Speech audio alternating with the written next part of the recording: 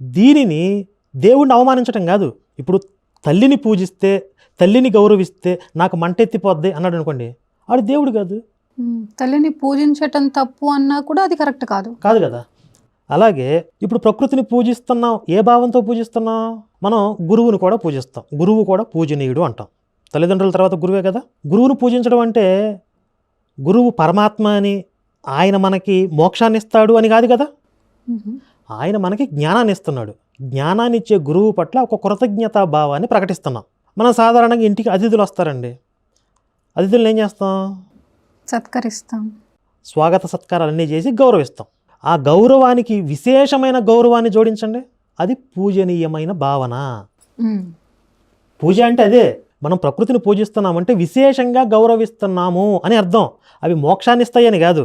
ఇప్పుడు ఒక నదీమ తల్లి వస్తుందండి, కొన్ని ప్రాంతాల్లో కొంతమంది పసుపు కుంకుమ సారె పెట్టే ఆచారాలు కూడా ఉన్నాయి.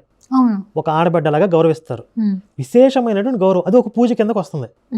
మీకు రామాయణంలో విశ్వామిత్రుడు దశరథుడి దగ్గరకు వస్తాడు, రాముణ్ణి తీసుకువెళ్తానని చెప్పి అడగడానికి వస్తాడు. ఆ సందర్భంలో దశరథుడు ఉన్నపళంగా సింహాసనం మీద నుంచి లేచి ఎదురేగి విశ్వామిత్రుడికి స్వాగతం చెప్పి ఆయన విశేషంగా పూజించాడు అని ఉంటుంది. పూజించడం అంటే విశేషంగా గౌరవించాడు అని అర్థం. అంతేగాని ఆయన పరమాత్మని, ఆయన మోక్షాన్ని ఇస్తాడని కాదు.